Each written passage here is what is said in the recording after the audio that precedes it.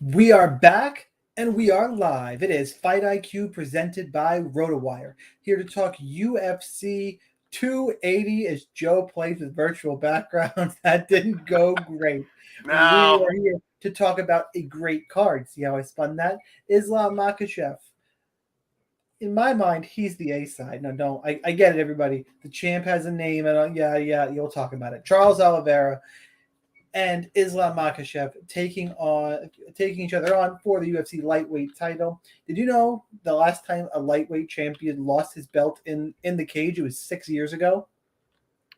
I did 6 not know years. that. And it was that was Eddie Alvarez. Conor McGregor was the last time a lightweight champion was defeated to lose his belt. Co-main event: Aljamain Sterling taking on T.J. Dillashaw. Going to be a fun card. Petr Yan, Shaun O'Malley. I'm really looking forward to Beneil Dariush and Matthias Gamrot. Should be fun. What's not going to be fun is trying to pronounce the names on this card. It's going to be a friggin' nightmare. And I'll be the guy taking the lead on that. I'm your host. I go by Sniper MMA. Follow me on Twitter at Sniper_MMA. But that's all you're really going to hear from me other than quips and making fun of our analysts, the co-host, the important guys of the show. And just on, if you're watching on YouTube, just Chris. That's all you put in there, Chris, for in StreamYard? Yeah, we're good to go. I didn't on Twitter at real Chris Olsen and Joe, better known as Sun Tzu. Guys, you ready to talk about 280? Yeah, roll, baby. Like you said, fun card. I'm going to step in front of Joe because that's just how I do it. Yeah. If we fun card for sure. Best main card, we've seen in a while. This one might actually be worth the $70, $80, $90, whatever they ask these days.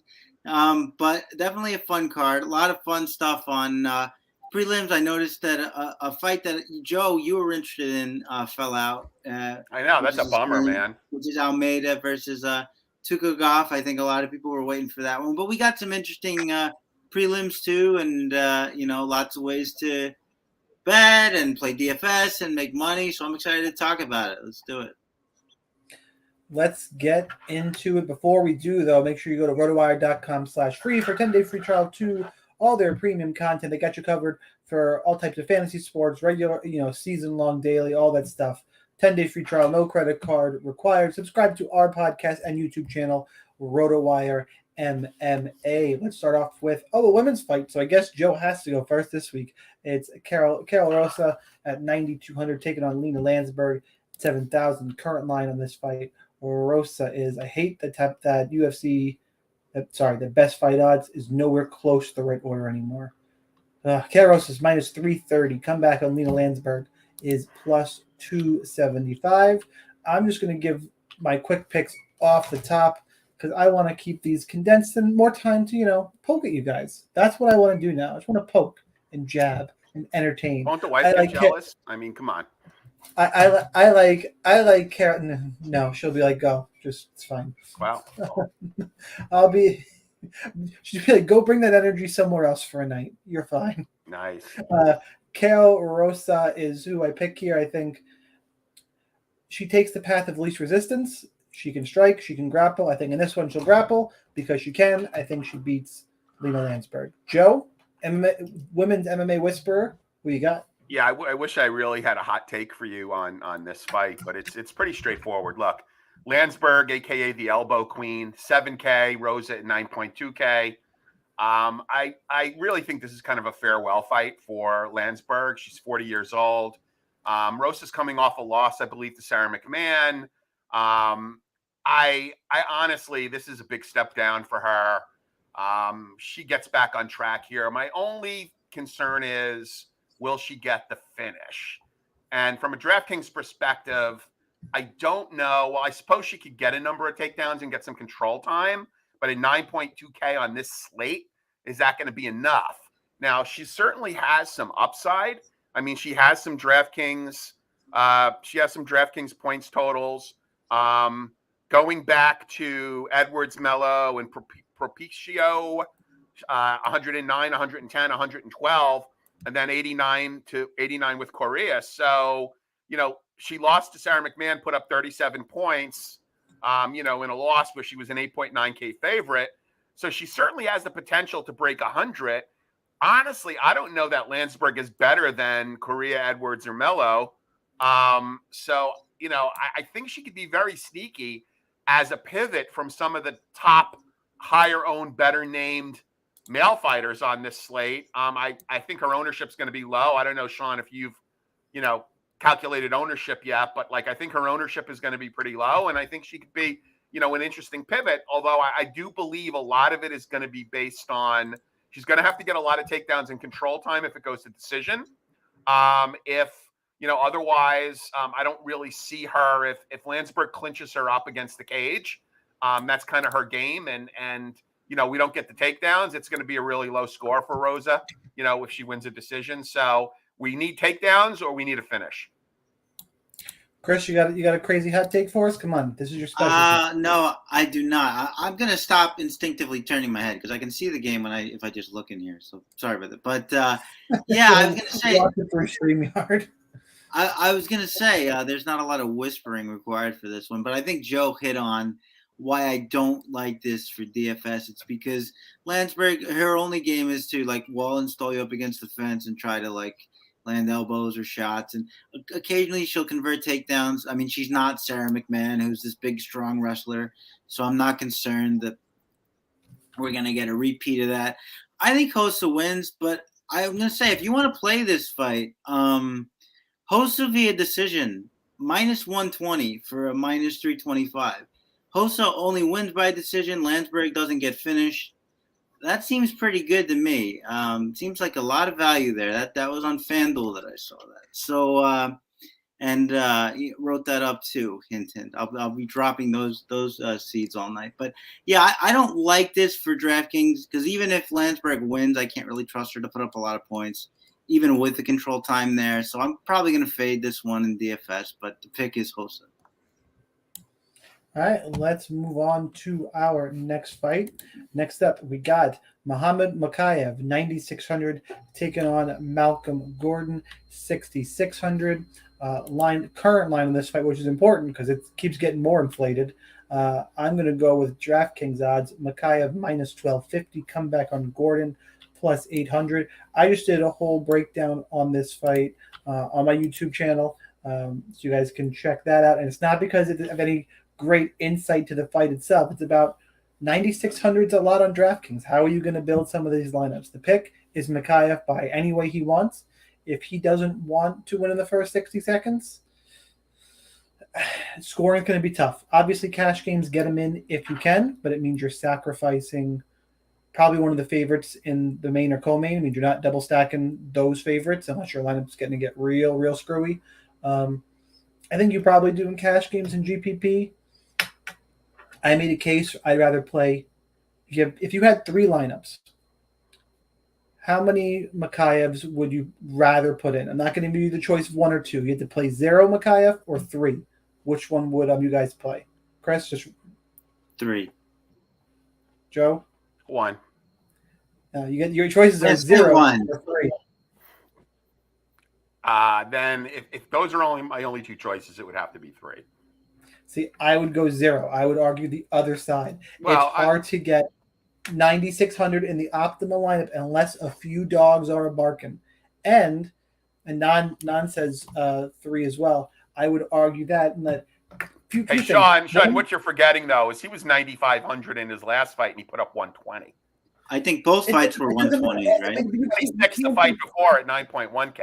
You can't just assume you're assuming. No, but I mean, you at least have some data here. No, you're right. But if other people on the card also put up 100 to 120, it gets less valuable. And ownership, you only have 3 lineups. Ownership-wise, I want to win the whole thing. I'm better off playing none. Wow, now, I get it. My ideal number is probably the 2 is how I'm going to attack it. But I'm just saying in terms of those 2 extremes, I'm on the 0 side. I would be more than thrilled with 120. That's all I have to say. Well, cash game's a different story. Get him in cash games. I'm not playing cash this week. Yeah, so I wanted to have a different spin on this fight because if we have any additional technical analysis, I might just leave the call. Mm-hmm. Chris, who you got? But his ownership probably less than his ownership, maybe like low 20%, right? You think? So does it become? Mokaev?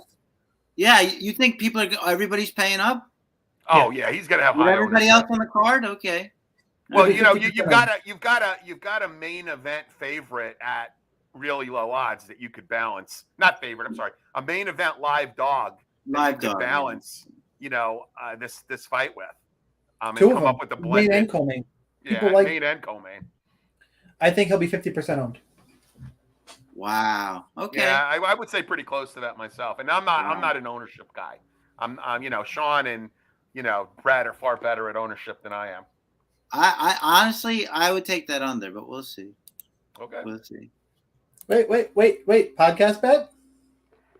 Okay. What do you have in mind? A shoey? Same thing me and Joe did. Buy Oh, a shirt. The shirt. You got to do the shirts. Okay. Wait. So what is it? So what happens is if you win, you buy a shirt that he has to wear on the air. If he wins, he buys a shirt that you have to wear on the air. Yeah. No. I absolutely want to do that. Let's do that. Yeah. Bet 50% set. You got it. All right. Looking forward to it. By the way, Mokaev is. Yeah. So here's the thing. Look, I have no hot takes here. But what I find really interesting is, Malcolm Gordon is coming off of 2 underdog wins at 7.1K and 7.3K. This is his 3rd straight fight as a dog. I do think at some point that Mokaev is going to be exposed. I mean, if you look at his record, right? Okay, so he's a 7-0 fighter. But if you look, he's actually had he's had a couple of decision wins. Against fighters that are not great. Now he's obviously improving with every fight. The guy's dynamic. He's athletic. I don't think this is the time that he's going to get exposed. I really don't. So I guess we'll see. We'll see what happens. I think he's going to win. If he can find Gordon's chin, he'll probably make the optimal. If this goes to decision, I'd find this hard. I'd find this very difficult to make the optimal. So I certainly would not be an all-in. I would not hit the all-in button on Mokaev. And I would have, based on how many lineups you're playing, a share or 2 of Gordon. Now, if you're playing 3 to 5 lineups, no. But if you're playing 20 lineups, if you're maxing the $3 contest, nothing wrong with having 1 Gordon lineup. So and talk about being different. That'll make you pretty different. True. I mean, that I can't argue with. All right, next fight up. Let's talk about Armen Petrosyan, 9,100, taking on AJ Dobson at 7,100. Line in this fight, Petrosyan's minus 205. Dobson is plus 175. Look, I think this is the first spot in the card where I think, well, for sure, in my opinion, we got a real live dog barking, and I'm going to go ahead and pick him to win. I like AJ Dobson. I like the pressure. I like all that. I do think if he doesn't get it done early, Petrosyan will probably take over, get his striking reads down the stretch, and win the fight via decision. But my official pick will be AJ Dobson via round 1 KO, really live dog for GPPs, high ceiling, playable in cash, but not a first option. But I do think he's valuable because I don't think Petrosyan will put him away early, and he's super cheap with a lot of upside. I've come around to some guys build strictly floor in cash game. I like floor with a little bit of ceiling mixed in. I want just that little bit of upside, and I think Dobson provides that. Joe, you're first for this fight. Yeah, I mean, I'm gonna hop on the Dobson train here. Look, we need some dogs, right? And Dobson got wrestle effed he got malcooned. That's a new phrase now in MMA, getting malcooned. So he got malcooned. And by the way, I'm going to stop calling Jacob Malkoon Robert Whittaker's friend. He's now a fighter. He's good. He got malcooned, and so we got both of these fighters coming off a loss, right? We got Petrosyan coming off a loss against the jiu-jitsu nerd, Caio Borralho, who's fighting later on in this card. He was a plus 205 underdog in that fight, and then he gave Gregory Rodriguez, aka RoboCop, all that he could handle in a split decision. So I guess the question here is like, which one of these guys is going to show up? Now, Dobson is pretty balanced. I mean, he has 2 wins. Like in his last 4 victories, I believe he's got 2 wins by knockout and 2 wins by sub. But I don't know that Dobson, I see this as a stand-up fight. Now, I'm going to admit I did not watch a ton of tape on this fight. I'm kind of going on memory and the fights that I watched. But unless one of you guys tells me that, you know, Dotson's got this real wrestling pedigree. I mean, he trains really at a jiu-jitsu gym. But unless one of you guys tells me he's got a wrestling pedigree, I have a feeling that this fight is going to be standing. In which case, I think it's a good matchup for Dotson. He's athletic. He's strong. Excuse me. And at 7.1K, it opens up a lot of possibilities. GPP only, probably. I don't know if I'd take a chance on him in cash. I think there are better cash plays. AKA, let's look at one of the title fights. So I'm going to go with Dotson here. I see this as a GPP play. Let's see which Petrosyan shows up. Hopefully not the one who had a split decision against RoboCop, and the one who got Malkooned shows up. Chris, who you got? Yeah, AJ Dobson is a wrestler, I believe. Is he? Yeah, I think so. They were talking up his pedigree before the Malkoon fight. Okay, great. I mean, if that's the case, then okay. Yeah, had a takedown in that Contender Series fight. Got a submission, like Joe was talking about. Had that really interesting way of defending takedowns against Malkoon, where he would actually lift up his hands from the lock, which might just be like a wrestler thing because I've never seen that before. But I'm gonna make it unanimous, which I think means that Dobson is gonna be extremely popular as a dog, because I don't know why the betting the line dove on him so quickly. I mean, he lost to Malkoon. He got Malkooned, and in his last fight, Petrosyan got Malkooned, kind of. I mean, by Borralho. And by the way, I know I said it the wrong way. Yeah, I meant Borralho. I said Malkoon for Petrosyan, but he got Borralho'd. We got you, but yeah. So I think Dobson can. He's fast. He's powerful. He's got quick hands, and he can wrestle. So with that wrinkle in there, I don't see how he's not one of your main dogs to play. Yeah, and we're not going to hold it against him that he lost to John Gunther, because that was in 2014. Well, who else? What other big UFC vet lost to? Was it Jalen Turner who also lost to John Gunther? Some other UFC vet lost to Gunther. Devontae Smith? Yeah, I think it was Devontae Smith. Okay, yeah. So, for whatever reason, he's got some names on there, kind of like Jay Ellis. For some reason, you go to his Sure Dog, and Gerald Mearshart is there for some reason. Yeah, right. Devontae Smith lost to Gunther. Yeah. He gassed out. He punched himself out. Right. Yep. Yeah, I do remember that. But yeah, so Dobson's going to be really popular. I kind of disagree with Joe. I'm going to use him in cash. I think that floor is pretty solid. I mean, now that you like I said, I saw that he trained at a jiu-jitsu gym. I don't recall him using wrestling all that much in his last fight, and I am completely transparent in saying I did not do tape on this fight. I just went by, having known I watched these guys' last few fights, and I have a pretty decent memory. So if you're telling me he's got a wrestling pedigree, then I could certainly see him as being cash viable at 7.1K. Although I do not think he's got the same floor as, I don't want to give away the lead or bury the lead, but AKA title fight.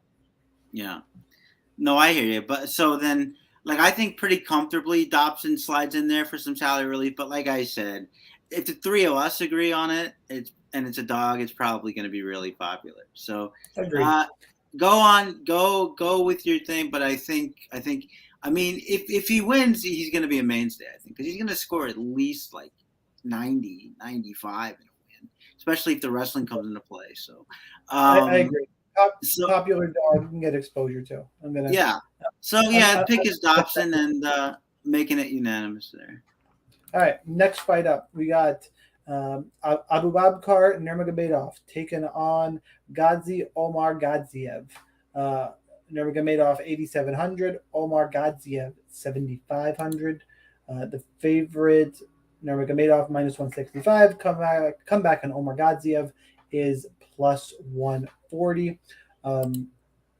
I made the joke last night on a podcast that, you make people crack jokes about how certain people look like the UFC fighter, like default character, like just kind of base looking bald white guy with like no features. Like that's, if you were building the no feature default template video game Russian fighter, that would be Abubakar Nurmagomedov. There's nothing really outstanding about him. He's a grinding type of just Russian fighter. That's who he is. I think that's good enough here against Godziev.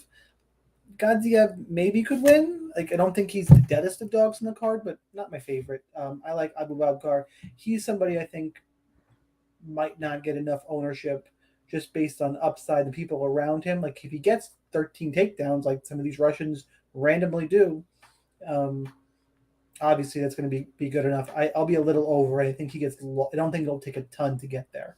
So Nurmagomedov is my pick. Chris, who do you have? Yeah, another guy who got Borralho. There's two of them on this card, which is interesting. But so that alone tells me that we might go Abubakar for the wrestling. But then you look at Abubakar. Hang on, that's not fair. Did you watch the Borralho Godziev Omar Godziev fight?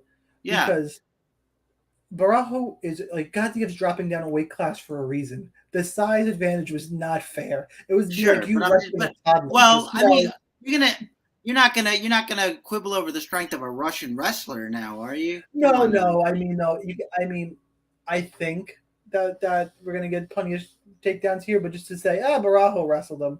Who's a good grappler? Well, no, I just thought it was a funny thing that both guys back to back got wrestled by. You could take a 205er who couldn't, take a guy that big who can't grapple. You put him in there against Godziev, who is tiny for 85. Like, I think he'll get thrown around. But anyway, so I could see the kind of a fade here. I mean, we saw Abubakar show up and basically box Jared Gooden, I guess, because he was winning. So he decided, why not do it? I think at least a lesser resistance path would be to wrestle. If Shaun is worried about the weight, I'm really not worried about the weight and strength. But I'm going to have less exposure to this too, only because I think of all these Nurmagomedov surnames, Abubakar is one of the least likely to have a persistent wrestling game. So what about Saeed Nurmagomedov? Huh? Well, yeah, Saeed is a good striker. He's a solid striker. He doesn't grapple. Yeah. He's like, grapple. Don't need that. Yeah. So there's a pecking order. I'm just saying he's pretty low in it. And let's not forget he got choked out by David Zawada.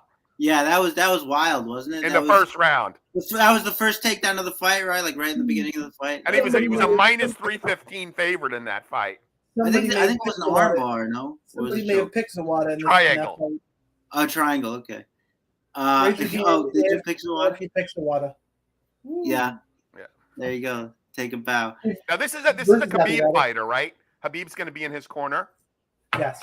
Okay, so this is going to be one of Khabib's first losses as a corner man. Oh, there you go. Wow. So, I'm sorry. Are you done, Chris? No, yeah, take it away, Joe. With a line like that, I'm going with the dog simply because I do not think this Nurmagomedov is any good. I think he might be one of the worst fighters that Khabib reps. It was a bad luck against Zawada. Did slightly better against Gooden. Shout out to Gooden. He won last week.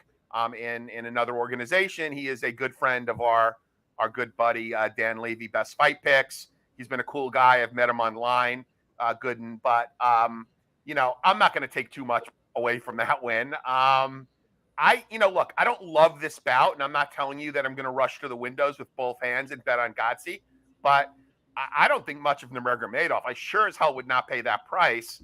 And what is Godsey, 7.5K? He doesn't have to do too much at 7.5K. Now, there are fighters that I like more than him as dogs, but I would say I'm going to pick him. He's 13-1. I don't know that his floor is that high in a loss, but I'll have a share or two of him, and I don't expect to have much at all of Nurmagomedov. He's got some power. Didn't Nurmagomedov get knocked out in PFL, or am I thinking of somebody else? Oh no, yeah, he did not do well in PFL. All right. He did not do well in PFL at all. No. He got choked by Pavel Kuch, who's some Polish fighter that I never heard of. Magomed Mustayev, good fighter. He got doctor stoppaged in the first round. And then he's got some wins against nobodies. So I don't know, man. He's got a unanimous decision against Jonathan Weston for whatever that's worth in PFL, but you know, the choke out by Pavel was not a good look. So like I said, I don't think much of him. I certainly think that this line should be closer, and as a result, the DraftKings salaries. But I would say that if you're gonna use this fight, I would use the dog more than the favorite. All right, let's go on to the next fight. Let's talk about Volkan Oezdemir. He's the underdog, 7,600, taking on Nikita Krylov at 8,600. Line on this fight: Krylov's minus 175. Oezdemir is plus 150. Another situation where I think the dog is barking here. I think Nikita Krylov is a little bit too old. I think he's going to be the more technical striker. I don't see Krylov getting a knockout, and if he doesn't get a knockout, I think Oezdemir wins via decision. So that is my pick for this fight. Chris, you're up first. I think, is it Joe? No, Joe's up first. Oh, Joe, I'm sorry. Yeah, no worries. So, my early builds before I listened to outside influences, I had some lineups. I still do because I'm going to play them with Oezdemir. You know, in those lineups, I thought at 7.6K, to your point, you know, the dogs are barking. We've got Krylov, who's coming off of a dominant win against the ghost of Alex Gustafsson. At least he's got a hot wife.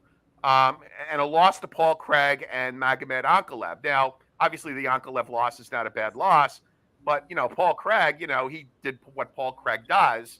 And if we're looking at MMA math, you know, Volkan Oezdemir won Paul Craig by not playing his game and going to the ground. Now, Krylov is not that old, Shaun. Krylov's 30 years old. I know he's got a ton of fights, and maybe his birth certificate is off. My issue here is, and Oezdemir is 33, my issue here is two people who I respect a lot who do these types of pods have commented on how Oezdemir has been slowing down. Now, he's got a really good takedown defense, so you know, I don't know that Krylov is going to try to take him down because, you know, one, I think Oezdemir is the smarter fighter by far. You know, I've seen Krylov make some bonehead moves. Krylov is definitely more athletic.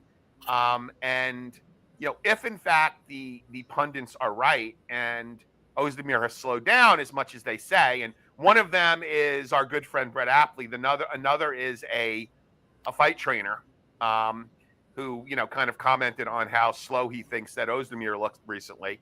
You know, then Krylov is probably a sneaky play at 8.6K. I'm going to keep my lineups with Oezdemir because, like you said, Shaun, the dogs are barking. He's got a good takedown defense. You know, Krylov does not have the best fight IQ in a while. He looked good against Teixeira until he didn't. He beat Johnny Walker, which, okay, you know, Johnny Walker's Mr. Shin. So, again, I'll probably have some shares of Krylov at 8.6K. I'm going to keep my shares of Oezdemir, and depending on how many lineups I ultimately end up playing, I haven't kind of decided that yet. I might add to what I currently have. But I know I need to make a pick, and I'm waffling here. I'm going to go with my original gut and say I'm going to go with the dog again. That's my third dog in a row at 7.6K. I'm going to go with Oezdemir. But again, it is a pick that I've become less confident about as the week has gotten along. Boo. Chris, who you got?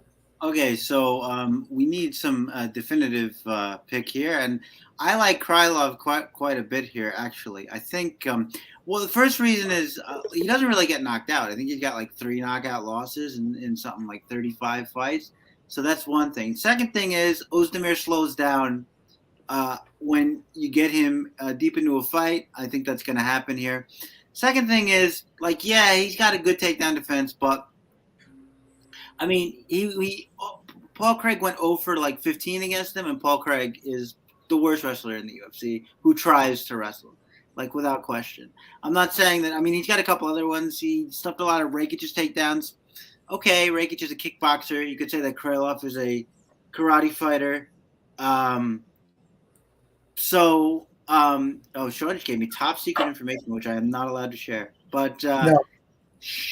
But yeah, so I think I like Krylov. I think Krylov can hang around, get Oezdemir tired, and get in there and get him by sub. Actually, have him by sub, which is plus 260.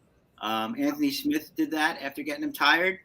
I think Krylov can do much the same thing. Lucky for Krylov, he's not going to have to worry about being stupid on the ground once he gets him there, because not the best, not the most cautious top player, which cost him against Paul Craig. He's not going to have to worry about that here. I actually like him. I don't see that much danger in here for him, if you want to know the truth. So I'm going Krylov. All right, let's go to the next fight. Caio Borralho at 9,000 taking on Mahmoud Muradov at 7,200. Line in this fight, Caio was minus 200. Muradov plus 170. Muradov could be live, but I think Caio's grappling will hold up here. I think he'll be able to get takedowns, control.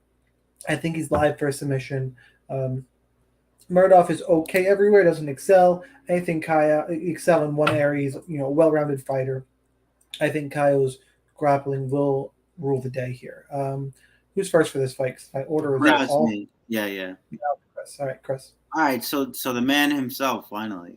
It's weird that he's faced two people on this card. I don't know if that's very common, but and also fighting on this card. But I like him a lot here. The thing about Muradov is, like, he's a pretty slick boxer, but he's not a finisher. And all it took for Mearshart, who was a pincushion in that first round, was to be persistent, and eventually got him down, and eventually wore him down. Borralho is not the submission grappler that Mearshart is, but that could be to our benefit if it just means rinse and repeat takedowns. If I could trust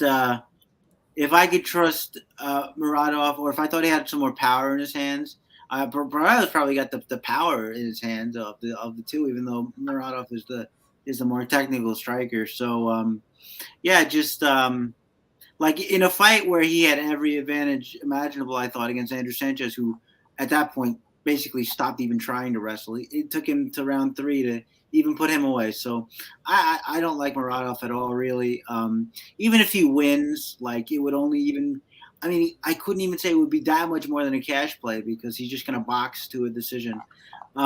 So my pick is Borralho, and I like him. I think he can excel and beat that score. Maybe he's only a cash play as well, but I'll probably have him in some GP. Chris, pretty much everything you said. I mean, I don't like Muradov at all. I think my only concern, and I like Borralho quite a bit. I mean, the natural Brazilian Jiu-Jitsu nerd with glasses, love him. Like how he fights. I like how he backpacks people. My only concern here is I don't know whether he's going to score enough in a win to be optimal, which sort of relegates him to cash status or, contrarian status because of his salary. That's my only concern here. I mean, I am very confident that he's going to win. It's just the card is so deep. I don't know that you could say, okay, well, I'm going to plug him in to a GPP lineup and, just go from there, because I think there's some severe doubts as to whether he's going to hit optimal. Now, I think I already said I'm not playing cash this week, but if I was, this is a guy I would have to seriously look at. Him, Carol Rosa, I think those are really solid cash plays. The concern being, are they going to make optimal? So if you're building a cash lineup, you could do far worse than going with Rosa and Borralho here. So Borralho to win by sub or by well, hopefully by sub if you're playing him in GPPs, more likely by decision. But, I think so little of Muradov that, a sub is maybe the play here. All right, next fight up, right? My God, my order's all screwed up. Yes. Jeez. Shaun Brady take at 8,200, taking on Bilal Muhammad at 8,000. Brady's minus 145. Muhammad's plus 125. Look, I like Philly cheesesteaks, therefore I hate Bilal Muhammad. Look, I'm gonna give. So I do all my plays and picks. Sorry, you do another plug for MMA Play 365s, where I'll do all my DFS stuff. But I did tweet out today that the fight of Chookagian Almeida dropping out caused me to literally triple my ownership on Bilal Muhammad in GPPs. For this podcast, I'll share exactly what that meant. That meant that I went from 1% Bilal Muhammad to 3% Bilal Muhammad. Look, even if Bilal wins, I don't think he's going to put away Shaun Brady. I have a hard time seeing him hitting the optimal with this crowded mid-range we have from live. I don't see Mr. 83 points hitting the optimal here. And aside from that, I'm picking Shaun Brady to win. I think Shaun Brady is a better wrestler, slightly better wrestler, and slightly better striker. I think he's a little bit better everywhere. It's a close fight any given day. It won't surprise me if Bilal wins, but I think when Brady wins, he's more dominant and is more likely to end up on the optimal versus Bilal. I just don't see big scoring upside from him. So not one I'm jumping to play in cash. If you're going to play either in cash, there's actually a little bit of odds value on Brady, so that's my pick. So that's clearly the way I would go. GPPs, in my opinion, only one guy really has a ceiling. Joe, who you got? Yeah, so it's kind of interesting here because I loved his rant about Philly. Paul Felder knocks him out. I hope Felder goes. If Bilal wins and Felder does the interview, I hope he cold like. What's interesting here is I could make an argument that while Bilal might have the bigger names of late on his resume, that Saunders actually beat the better fighters. Like the Jake Matthews win is aging pretty well. Having triangle choke Jake Matthews in round 3. Michael Chiesa, although those of you could argue that Chiesa is on the way out, to being a broadcaster. So I get that narrative. I mean, Muhammad has just looked so good lately. He's going to get a lot of ownership. He's very personable. He's got a good social media presence. I mean, he just took down Stephen Thompson like there was no tomorrow. But other than that, Damian Maia, great jiu-jitsu fighter, older than dirt. Vincente Luque, leads with his chin. Come on. That's a good win. Stop. Action fighter. Look, these are all good unanimous decision wins. I get it. I totally get it. He's priced at 8K. I don't hate the price. I will have some shares. I think I'll probably be a little higher than the 3% that Shaun has because he did put up 108 points in a win against Luque and 132 points in a win against Thompson. I just think Muhammad might be playing with fire if he takes down Brady, in which case he makes this a striking match. Brady's jiu-jitsu is just so good. I heard someone say, and again, take it for what it's worth, that they thought that Brady had the best jiu-jitsu currently in the UFC of all active fighters. So again, take that for what it's worth. That alone has got me on Brady here. But I will have a few shares of Muhammad. You have to tell me off air if you can't say who it is. Who disrespected Beneil Dariush like that? No, I can tell you. Actually, the person who said that actually has trained with Beneil Dariush. Again, I don't like to. I'm not necessarily propping up this pod. I think it's a good pod. If you like to get a perspective of a fighter and a fight manager and a former fighter, Santino DeFranco, he is the main coach at Fight Ready, and he does a pod every week with Brandon, who's a fighter. And, Brandon was the one who's trained with Beneil at Kings, who said that he thought that Shaun Brady had the best jiu-jitsu of all active fighters in the UFC. He must not remember Beneil because he was unconscious. Could be. Beneil choking him out. Anyway, Chris, who you got? Yeah, I just had to look. And besides Chiesa, nobody's ever took Shaun Brady down. You can argue, okay, Chiesa is very big for the weight class. I get it. when Brady slowed down in that third round, if you remember, that fight ends. If that fight goes on for another 30 seconds, Brady might literally get finished. He's literally getting punched in the face on the ground as the bell rings. So, and Chiesa was lighting him up on the feet in the third round too. I did not like how that third round ended. Belal obviously not as big as Michael Chiesa, very much with the pressure, pouring it on, going to be in his face the entire time. And Belal Muhammad, elite takedown defense, 91% takedown defense. Doesn't stay long on the ground when he is there. Not many people get a lot of control time against Belal Muhammad. And great cardio. Great cardio. This is, as I often say that I cribbed from Zane Simon, this is a fight that Sean Brady has to win before I can pick him to win it. I don't think he walks in and just beats Belal Muhammad here. I think Agreed. And the idea that he was just so insistent on getting Chiesa to the ground, now that might have something to do with the fact that the reach was so out of whack. I get that, but I'm gonna have to see how he responds to a fighter who's just in his face, who can use some of his own wrestling as well. I don't recall Belal having any severe jiu-jitsu deficiencies that I can remember that anyone's exploited to this point in his career. So, and if I recall, Belal is the slight dog plus 120, which fascinates me, honestly. I think. Yeah, I mean, look. No, you're right, Chris. I mean, I'm not saying Brady's going to be a runaway winner here. I mean, we talk about how well the Matthews fight aged based on the performance that we saw Jake Matthews, which surprised me, quite honestly. But how well is that Court McGee win aging for Sean Brady? He put up 105 in a decision win against Court McGee. The only fight he's had less than 2 takedowns was against Jake Matthews. He's had at least 2 takedowns. He had 5 in his fight against Chiesa. So look, I think this is going to be an interesting fight. I am looking forward to this fight as much as many other fights on this card. I think it's very intriguing. I think a lot of people are going to be really interested in this fight. How is this fight not part of the main card? I don't get it. Makes no sense to me. Beats me. I don't actually have a good answer for you. Yep. Let's go to probably the lead. The answer actually is the lead-in fight supposed to, generate buys for the pay-per-view. What's a good fight to put there?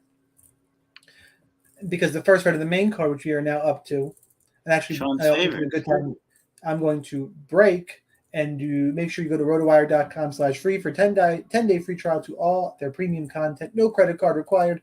Make sure you subscribe to the podcast. Hit the like button if you're listening live. Shout out to the guys in the comments. We'll get to some comments along the way. And your hot takes at the end. We like to have hot takes. Something unexpected to happen. If you're new to the show, get ready to drop those. We will discuss some of them. Smash the like button. Follow all of us. Follow the podcast, RotoWire MMA. Now we'll talk about Mano Ferrio 8,900 and Caitlin Chookagian at 7,300. And this is going to generate buys? Yep. Well, this is main card now, isn't it? Yeah, it is. It is. This the is main after, card. and they're like, "Oh, you bought this shit? Good for you." How do you not swap these fights? This makes no sense to me. Because well, like you said, yeah.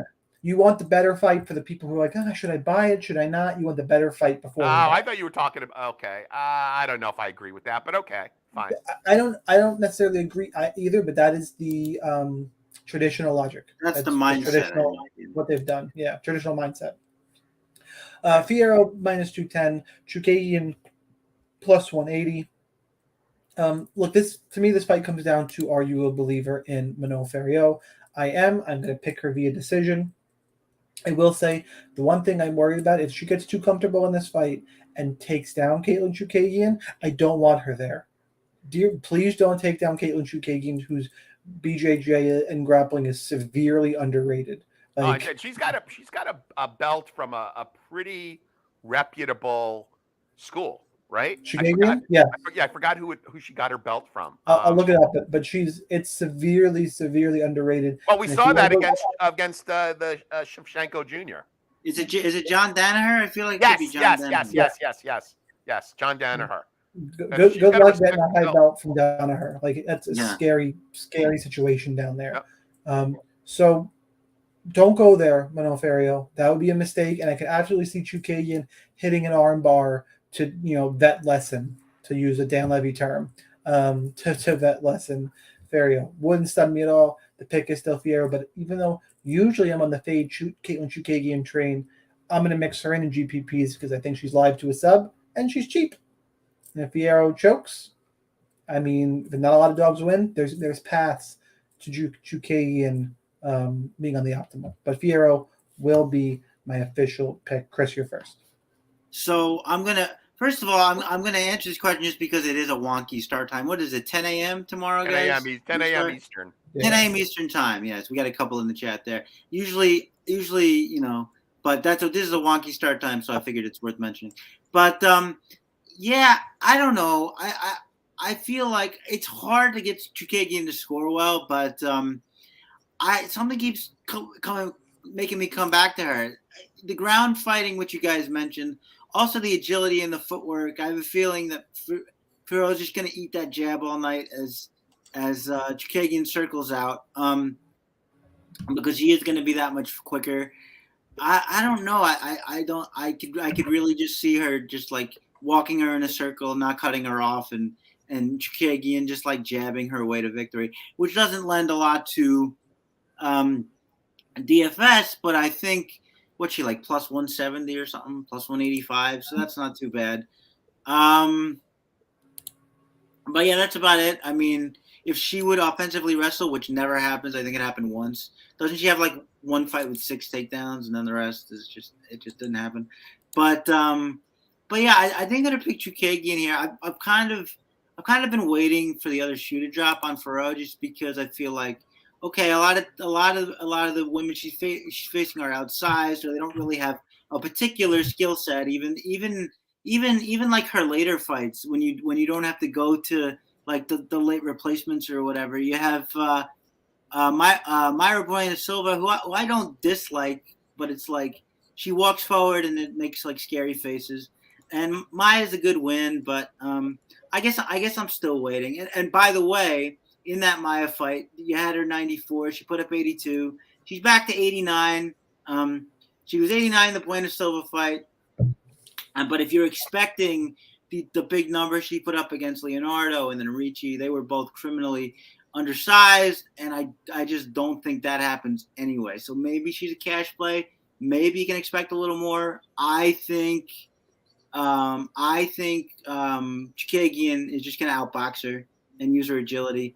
So I don't know how well it's going to score, but my pick for the fight is Chookagian. Yeah, well, since you stole all my thunder here, Chris, I am going to say that she's not even a great cash play. I mean, Fiorot, I would much rather go with Baeo at 9K, and I'd much rather go with Carol Rosa if we're talking about cash. So, and this is my concern. As the competition has gotten better, the scoring has gone down. In neither of her last fights did she even breach 10x. At 88, she was 8.9K, and she was 9.4 and put up a disappointing 82 against Maya. Now, she may win this fight. I mean, it's very possible. I am also leaning towards Chookagian. I don't expect to have much of this fight at all because, if anything, Chookagian, is a worse scorer in her win. I don't know that she's ever broken 100 points, and she's had a ton of fights in the UFC. Let me just take a quick look. Has she ever broken 100 points? Yes. Against Shinchenko Jr. That was her best fight. She had 5 takedowns in that fight, that was like her one wrestling performance. Yeah, and that's funny because I picked her in that fight, and I said she's going to wrestle, and everybody was laughing like, no, she doesn't wrestle, and I'm like, you watch, she's going to take Shevchenko down and just grind her out, and that's what she did. She had 11 minutes and 36 seconds of control time. And then it's just like, why don't you do that all the time then? But whatever, I hate actually threw 200 strikes in that fight. Yeah. And put up 119 points. By far, I mean, 200 strikes, or did she grunt 200 times? Right. Well, yeah, whatever. Yeah, and that's the thing too. I mean, if the judges buy into the grunts, maybe she'll. Well, it's all the same to us though. If we're playing DFS. Yeah, I mean, I think this could be. This could be interesting because Fiorot's a karate fighter, and she's got those great side kicks, and if she damages Chookagian's leg coming in, I don't know. I mean, I don't like this fight at all. I'm not going to have a lot of it. Watch it be the biggest pork chop I never ate. But I'm going to pick Chookagian. But it's a very weak pick, and my advice is not to play much of this fight. And I think there are far better plays in cash at that price point than Fiorot. So I would not advise even going with her in cash. I mean, again, if you want to be contrarian, and if you really think that Fiorot is going to be, like Shevchenko, Val, or Andrade and finish Chookagian, who I believe are the only two people that finished her, then yeah, sure, go ahead. If you think Fiorot is in that class, go ahead and play her because that would be a good play. I don't think she's going to be that highly owned. Take the GPP play and do it. But I don't like it, and I'm going to be underweight. I don't want to hold up on the fight, but I just want to state clearly what Nan was alluding to, which is that she did miss weight, the only weight miss on the card. So for Fiorot? No, Chookagian did. Chookagian? Yeah. Okay. All right, next fight up, Mateusz Gamrot, 8,800, taking on Beneil Dariush, 7,400. Gamrot at -215, Dariush plus 185. I like Benny early, Gamrot late. I think Benny will be able to find a submission here. I think at some point, Gamrot is just so well rounded. I think he mixes everything in well. I think he's going to shoot, and I think Dariush is, again, people forget about his grappling. I think of those wild exchanges on the feet with Gamrot, with Drakkar Close and other places, spinning back fist KO recently. Like his best attribute is his grappling. I think at some point they'll grapple. I think he can find a sub. I knocked my camera. Oh no! Oh, There you go. I'm back. you just gotten taller. That's cool, right? Yeah. I think if they stand too long, I think Gamrot wins. But I'm going to go out on a ledge and say Benny via submission. Wow. I think this one is Joe, I believe. Yeah, so I love Gamrot. I mean, he has been a scoring machine. I like him here. I'm gonna have him as probably one of my most confident plays. With that said, I like Benny a lot. I mean, at 7.4K, I think it would be foolish not to play shares of Benny in GPPs. Here's my issue. Here's always been my issue with Benny. He's got so many other things going on in his life. He's like, he's part of a gym that he owns. He's got other businesses. How old is Benny? He's been around for a while. I'm gonna have to look it now and see what his age is. Benny. He is 33. He's not that old. We saw him touched up by Drakkar Close in a fight that he almost came back to win. Drakkar Close is not a power puncher, right? He's not a power puncher by any means. Benny has got great jiu-jitsu. Gamrot has got – now, is Gamrot's wrestling better than Benny's jiu-jitsu? Maybe. Gamrot has put on a few really, really impressive performances. I'm willing to say that his first fight that he lost by split decision might have been octagon jitters. But he's rolled off, a ground and pound win against Scott Holtzman. He got a Kimura against Jeremy Stevens. He beat up Diego Ferreira. That was a good win. And then, in his last fight, that was kind of a 5-round war where he was at plus 210 underdog against Aljamain Sterling. And that was a really good win. Like, if we see that guy come out, who beat an 18-2 fighter, 26 years old, who's a 2-1 favorite, who trained at Tiger Muay Thai. I think if we see that same fighter, it's going to be a rough go for Benny, and I'm counting on the fact that we're going to see that fighter. So I like Gamrot here a lot at 8.8K. He seems to fit in a lot of my builds. I will have shares of Benny at 7.4 in GPPs, but based on the scoring, based on the upside, based on the recent fight performance, I like Gamrot a lot here. Chris, who you got? So I am going to disagree and come over to the Shaun. Come in the Shaun boat if there's room. Well, I hate my life. Yeah, the kiss of death, as I so often do. I like Dariush because you mentioned that Ferreira fight. I think this could look a lot like that, with just a lot of scrambles on the ground, a lot of takedowns, and if that happens, I trust Benny to out-scramble basically anybody in the division, and certainly Gamrot. I think that Gamrot's got some hands. I guess he knocked out Scott Holtzman with a nice one too. But Benny is very tough. Can swing a little bit himself. Has a decent jab himself. So I think Benny just has some more skills, and the Gamrot just the low single is just not going to work here. Maybe he gets sprawled out on a couple times, and he scrambles an issue that way, and then boom, Beneil Dariush already has your back, which is not a good thing. But I like Benny, the dog odds here, and I am going to take him. Benny Dariush as a pick, and the 2-1 split. Let's go next fight. Petr Yan 9,300, Sean O'Malley 6,900. We get to the exciting fights for the fans. Minus 275 for Yan. O'Malley plus 230. I think Petr Yan is a parlay piece. I can't bet him straight, but look, I don't think O'Malley's going to be able to counter him up. It's a big step up. Again, I'll kind of hit on what I hit on a different podcast. Sean O'Malley was built so slow for a while that all of a sudden he got to this point where to kind of justify what he's making and who he is, now he's got to go so fast. It's going from Chris Moutinho and guys to Pedro Munoz and Petr Yan. It's a giant, massive leap up. I think all the stuff he does in the feet, I'm from what I've seen, I think Petr Yan's going to be able to cut off the cage, corner Sean O'Malley, and I'm not so sure Sean O'Malley can take punishment, at all. So official pick for me in this one is going to be Petr Yan via round 2 knockout. Sean O'Malley, sure, live, I guess. I don't see it.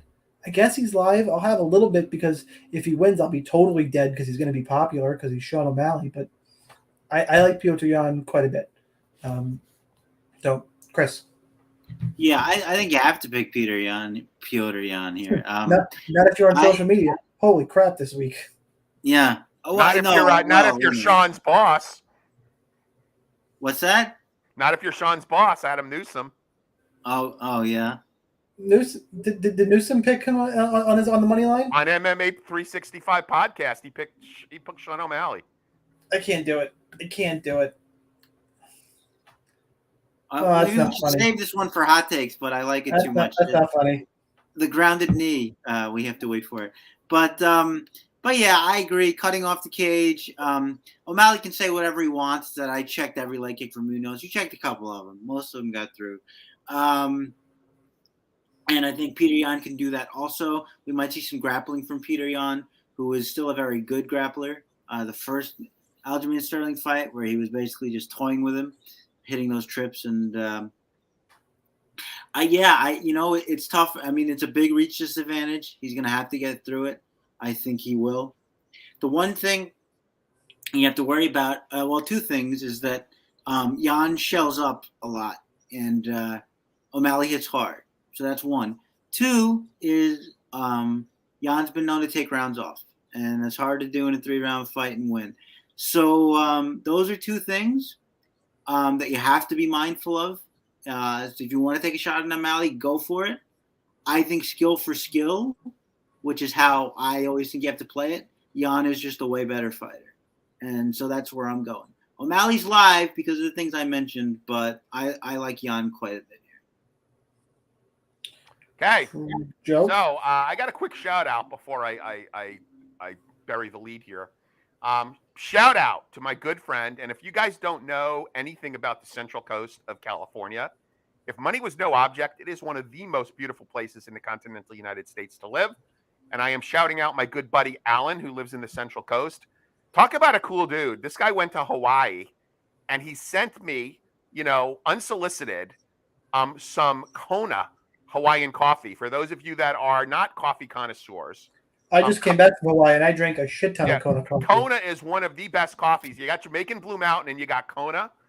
We're not talking Kopi Luwak, which is the Indonesian coffee that's kind of shit out by little rodents, which is really expensive, like $250 a pound. Now I'm being a coffee snob, but Alan sent me some coffee from Hawaii. Really cool dude. So shout out to Alan. Not often do I get to kind of like reference the show in my description of the fight, but really what I see this fight coming down to is Petr Yan exhibiting fight IQ, because this is not a 5-round fight. This is not a 5-round fight, right? Oh God, not as a bigger snob than me. Kick him out. Yeah, so this is not a 5-round fight. So you gotta hope that his management. Oh, wait. Cappy Luwak sucks. All right, that's fine. Cappy Luwak. Okay, yeah, Cappy Luwak is what I was talking about. 250. You can stay now. You can stay. Yeah, so he has got to not take a round off. And here is what I really want to see happen. I want to see him use his wrestling. I want to see him take Sean O'Malley down. Yes, maybe you could hurt him with the leg kicks, but I think where he could really dominate Sean O'Malley is by taking him down. I mean, look how he took Aljamain Sterling down. I think he could take Sean O'Malley down and dominate this fight. My concern is that he cannot afford to take the first round off in a 3-round fight. It's not going to work. It's not going to work from, the potential to kind of lose a greasy decision, but it's also not going to score all that well on DK. So if I'm going to give Yan the benefit of the doubt that he doesn't take a round off, that he decides to use his wrestling, I like Yan in this spot at 9K. However, on that outside chance that he forgets that it's a 3-round fight, takes the first round off, and decides that he's going to use, striking and not try to take the fight down, I will have a share or two of O'Malley at 6.9K, which actually leads to some pretty interesting builds. So I'm going to pick Yan to win, giving him the benefit of the doubt, but I'm going to take a few shares of O'Malley in case the fight IQ is not there. It'll be hilarious if he doesn't wrestle at all now, because Nan just said that that's all he did during the open workouts. So I hope he doesn't, because that would just be very funny to me. That's how these guys do too. Whatever. I mean, they'll absolutely do that to us. Anyway, let's move on. Let's talk about the co-main event. Aljamain Sterling, 8,500, defending his bantamweight title against TJ Dillashaw at 7,700. Line on this fight, Aljamain Sterling is minus. How was it? Damn you, best fight odds. Minus 175. Comeback on Dillashaw, plus 150.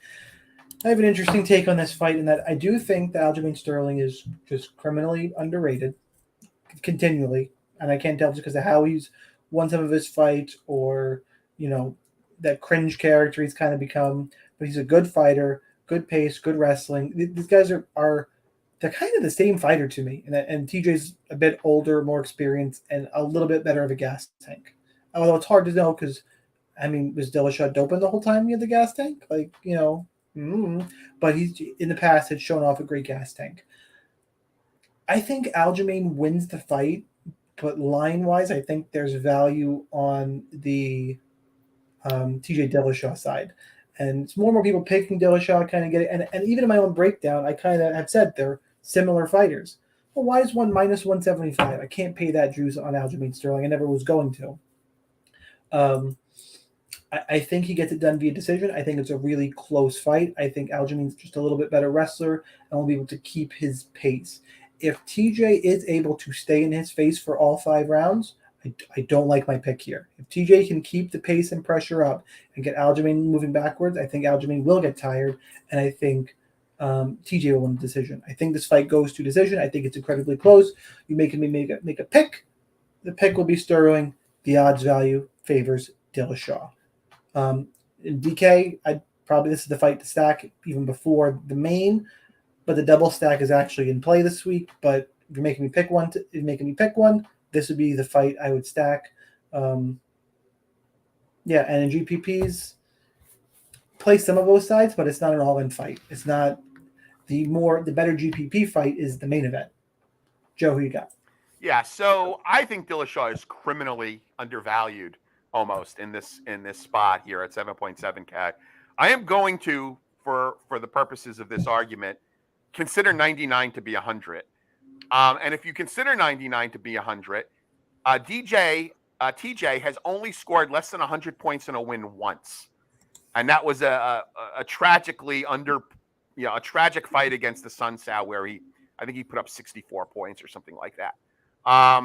He doesn't have a bad floor either, which I agree. If you're playing cash, this is a pretty good fight to stack. I mean, he put up 111 in a 5-round fight against Corey Sandhagen. Against Cody, he put up 130, put up 99 in the prior fight, 117 against Lineker. He's just, his background is pedigreed with 100+ point fight scores. And at 7.7K, I love him. I am going to have so much TJ Dillashaw.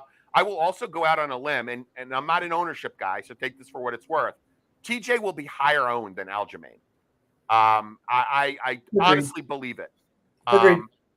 So give me TJ here. If you looked at him, he's bricked up. He could have found a way around the USADA. I don't know. He kind of looks like it. I posted something like that. Like, give me look. I like Aljamain as well, and I'm going to have shares of him. If I was playing cash, this is the fight I would stack. But give me a lot of TJ. Just your builds can really be good with using TJ. Now I have to rebuild a lot of lineups because I really like Lucas Almeida. But TJ, like if you start building lineups using TJ up front, you can really put together some interesting lineups. So I'm going to have a lot of TJ here. I will have Aljamain Sterling in GPPs as well, but I love TJ. He's my pick to win. We would have had quite the argument because I had a lot of Chookagian. Oh, really? I think Almeida's pace would have forced Chookagian to throw volume. And I mean, because Chookagian doesn't score. I mean, not only does he not fight, I mean, he doesn't. I mean, he's the one that got sick, right? Yeah, but Almeida's pace is what forces the guy like Chookagian to throw. It would have been interesting. Yep. Anyway, can't go there. Sad. I do hope they rebook that fight. Chris, who you got coming? Yeah, but Chookagian throws wild, and Almeida's a good counter puncher. So that's probably what would have happened. Anyway, I agree with everything about Dillashaw, including the ownership, which I think is going to be quite high. But I like him here too, for a lot of the reasons you guys mentioned. One thing that I'll add is that nobody really keeps him on his back. The last person to take him down more than once was Dominic Cruz. Took him down 4 times. He spent, I believe, 1:17 on his back, 4 takedowns. Very hard to hold down. Very good scrambler, wrestler himself, obviously.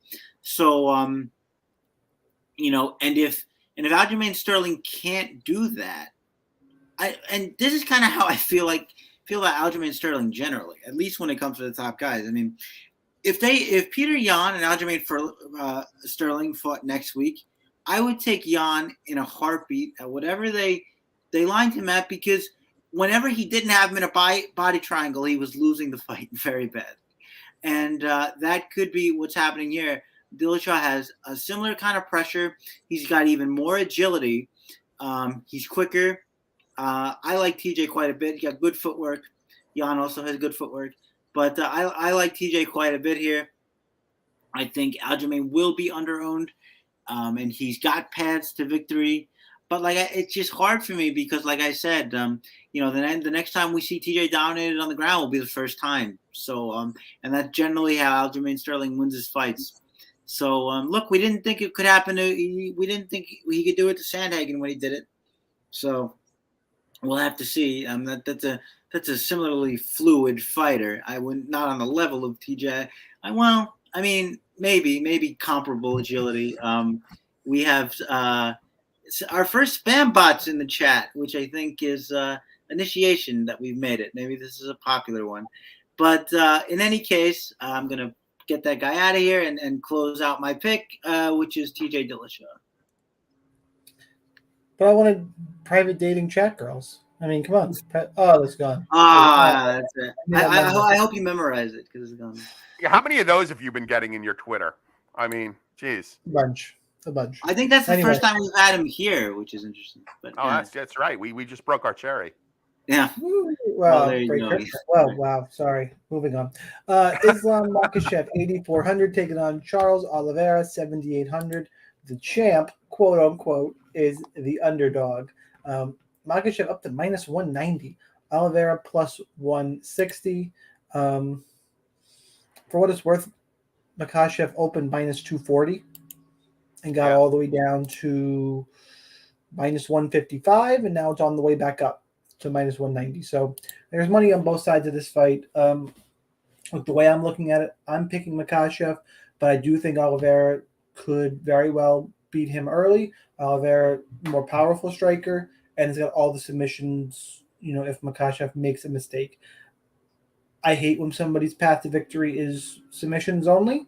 I think Makhachev will close the distance. I don't think he'll shoot traditional shots. I think it'll be the clinch game, trip takedowns, that kind of thing. And I think he's just going to wear on Charles Oliveira and slowly wear him down. The official pick for me is Islam Makhachev via round 4 KO, similar to how my linear champ Paul Felder defeated Charles Oliveira, just kind of being up on top, and eventually Oliveira just can't take anymore. Yep. And I'm not saying he quit, because that was a narrative for a while, and I pushed it for a little bit just to kind of push buttons. I came up with a good way to phrase it last night. It's not that some fighters are quitters. It's some fighters in this crazy sport are animals and psychopaths, and you cannot grind them out. They're just built different. They're crazy people. And some fighters are just, that's not their strong suit. Charles Oliveira is, I think, in that category where you can grind him out of a fight. It's not knocking him, it's quitting. It's not his strong suit to get in these kind of long, drawn-out wars. My opinion, that's how I think Makhachev will eventually finish him. But I'm not, these type of fight cards bring out all the crazy people and just the world in general. Like, it's got to be A or B, left or right, black or white. I'm like, no, this is what I think happens, but I acknowledge if Makhachev makes a single mistake shooting, he will get darsed or anaconded real quick. And I'll be stunned if he taps, because if he will break his shit off, he'll have to go unconscious. So anyway, Makhachev round 4 KO is my official pick. Chris. Funny, the underdog is more popular. So what are you going to do? Well, I'm picking Oliveira, but just going back, because I wanted to say I knew Kevin Lee took him down, right? 6 minutes of control time. That's a lot. That's a lot of control time. We know that how that fight ended with the guillotine that Lee hilariously tried to pretend didn't happen. But I can't go against Oliveira in this spot as an underdog. I just can't do it. I love the pressure that he puts on. I think if he forces Oliveira to stand for any length of time, it's going to be bad for Oliveira. It's been a couple of years now, but wait. It's going to be bad for Makhachev. It's going to be bad for Makhachev, yeah. Okay. It's going to be bad for Makhachev. It's been a couple of years now, but Adriano Martins counter left hook. Oh God, not Adriano Martins again. Closes the show. I liked Adriano Martins a lot. I was very sad to see him go. Cody Safrick is promoting a fight, I think, this weekend that Andre Martins is fighting in. Oh, really? Wow. Yeah. Well, I'll have to check that out. But the pressure, the pace. I'm really interested to see what happens when Makhachev gets takedowns. My read on these guys, these Sambo guys, their jiu-jitsu is very kind of basic. Like when you see when Khabib gets his takedowns and another Russian fighter tried this, I forget who, but if you go for that that reverse triangle from top, that's something that it's not. Anybody who knows what they're doing is going to see that coming and stop it. So it works against Justin Gaethje because you have to put your leg under their neck, and then so it's not going to work against somebody like Oliveira. I'm interested to see how Makhachev's going to deal with a jiu-jitsu ace underneath him. He could grind him out. I couldn't put it past him, but I think, Shaun, I have to say that every time you think Oliveira is going to lose, you bring up that Paul Felder example. This is at least I'd bring it up every time there's an Oliveira fight because I like Paul Felder. Okay. Well, so every time there's an Oliveira fight, I bring that up, whether I pick him or not. Yeah. But, so I have to go Oliveira here. I'm sure he'll be very, very highly owned. Makhachev is very expensive. And we've just never seen, well, I won't say never, on this current run, we haven't seen Oliveira dominate like that. And even in that Felder fight, Felder had to, survive some deep, deep submission attempts. Well, that's why he is the linear. Wow. Well, there you go. Yeah. Oh, Chris, are you smoking the devil's lettuce? I mean, come on. It's a joke, clearly. By the way, in all seriousness, I do think Paul Felder is the best color commentator the UFC has right now. and he's replacing Joe Rogan on this internet. Like Yes. he's got the call. Good news. I love it.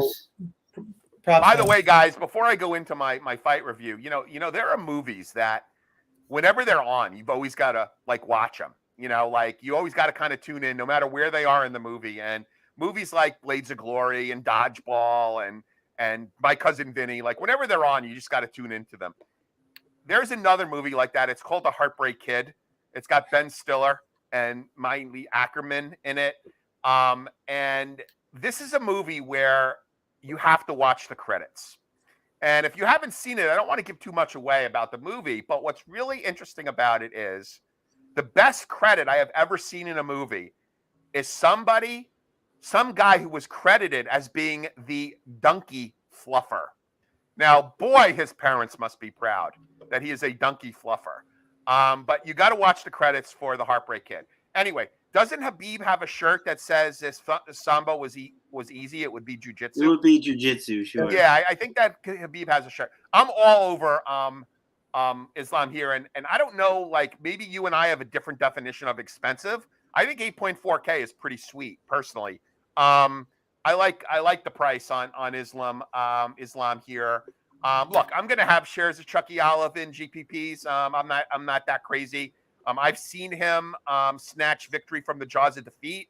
He's been hurt in each one of his last few fights. I like Islam a lot here. I think he is, the rightful champion. People are saying he's, or at least he's better than Khabib, perhaps. I guess time will tell.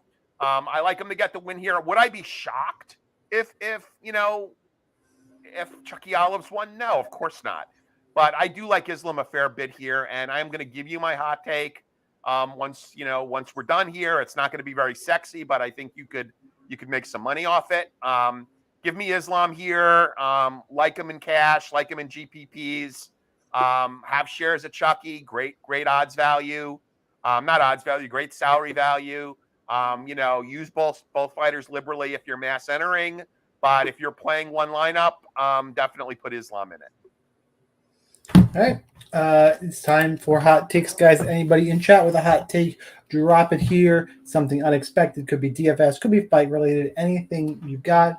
While everybody queues up those, I will one final time remind you to go to rotowire.com/free for a 10-day free trial to all the premium content. No credit card required. Please like this podcast if you're watching on YouTube.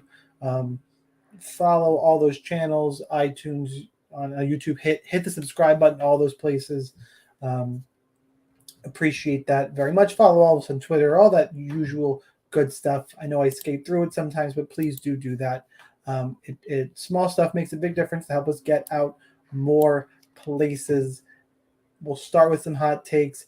I feel like I want to go first this week because I think I said it earlier. Give me Beneil Dariush round 1 submission. What does that pay? I'm gonna find it real quick. How do you not have that ready? Come on. I don't just because I'm typically I focus on DFS and I do my betting late. There we go. Let's see. What do you think that pays? I would say probably plus 150. It got to be. You want the submission or you want the exact method of victory? Give me the exact method of victory. Well, Beneil Dariush just in round 1 period is 9,000. Okay, in round 1, yeah. Oh, I'm sorry. I didn't mean plus 150. I didn't mean plus 150. I meant Beneil Dariush by submission, probably going to be something like 3-1. Plus 1,000. Really, it's better than I would have thought. Plus 1,000. I think that's a lie. I'm gonna have some shares of that.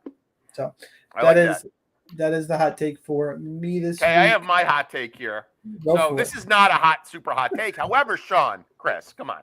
If I told you that you could wager $710.29 and win $2,000, and that means you get your bet back, and you hang on.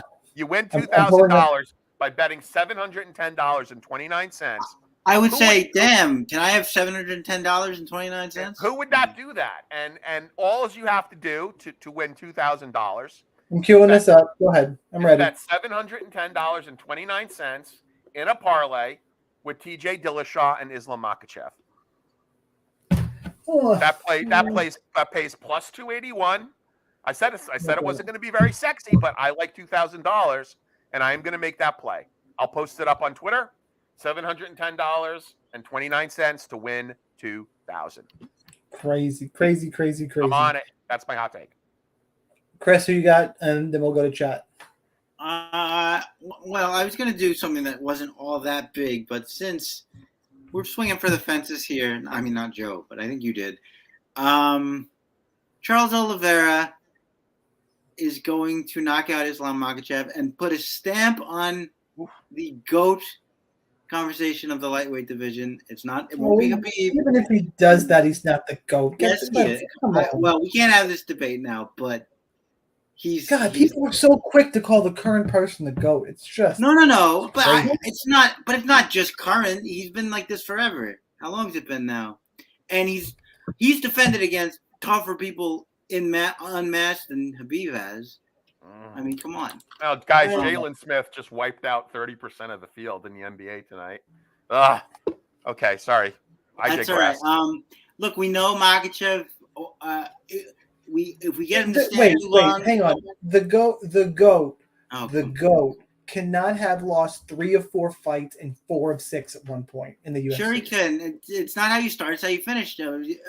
Doesn't make you the GOAT. No. GOAT status. It doesn't matter. If it wasn't for Will Brooks sucking in the choking and sucking every time he gets to the UFC, Oliveira would have got a pink slip. Okay. Oliveira was almost cut. Well, that just makes it all the more. That just makes it all the more inspiring. Let's read some chat hot takes. I got a hungry child here. It's not about. Okay. He's not a child. He's in college. Order some pizza and then get daddy to give you money.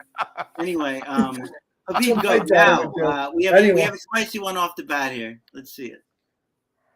Chook fight is a draw. I hate you. You know what? I don't think that. What does the draw pay?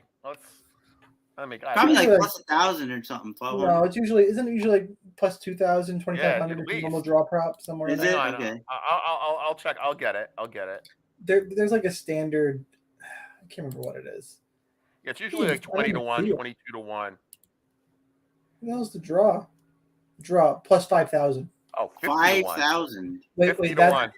That's the Carol Hosta fight. Now let me click on this fight. I'm throwing a dollar on that just because Corey. If it comes in, I'll send you 10%. I'm putting $1 on. Okay. Before we go to the other hot take, do John's one more time. Card starts at 10 a.m. Eastern, guys. 10 a.m. Eastern. Main card is 2 p.m. Do Eastern. not wait to the last minute to get your contests are already selling out on DraftKings. Yeah. So do not wait. Don't think I'm going to get up at 7 or 8 and reserve some contests. No, man. Contests are selling out now.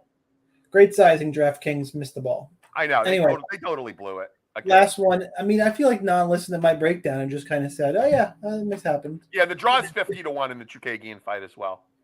Chucky round 2 sub via Darce off the cage. Totally see it. Even though I picked Islam. It would be really. I don't think anyone offers the method of sub, do they? Yeah, I was gonna say he spiced it up a little bit at least. Yeah, I don't think anyone offers. I said Darce or Anaconda. Fine. I hope he Anaconda's in just the reverse arm and just to mess with you, Non. That's what I hope. All right, guys, that's what we got. I need to go. Joe needs to feed his college-aged child. How dare you try and palm? She came home to do laundry and pick up contact lenses from the eye doctor. So the good old days. I miss those days when I can go home and get food. Yeah, laundry. Nice, huh? Enjoy it. No, we're probably gonna do something from DoorDash or Uber Eats. So. And I know Chris has got to turn around and watch a baseball game that is in commercial right now, but he's got to go watch that game. So for all of you playing, good luck in those contests. We'll see you next time for 281, an event that I know I will be at. Joe hopefully will be there as well. Madison Square Garden. I don't know why every time I go to a fight I have to watch Israel Adesanya in the main event. I know. But I might throw some stuff this time. He's such a boring main event fighter, too. People were walking out in Vegas. I mean. Yeah, I was there. You got to follow Doc Octagon on Twitter, and not just because his girlfriend is super hot. He goes to all the fights. He goes to all the fights, and he was showing people leaving as his real. What Doc showed was accurate. He showed some of the escalators, a few people. Yep. There was a stream of people leaving, It was. I was sitting there. That's going, how this is boring bad. Izzy fights are, It was Like, bad. Anyway, good luck on your contest, guys. Cash and stuff. Tag us peace. after you do. See you next time. Yeah. Thanks, everybody.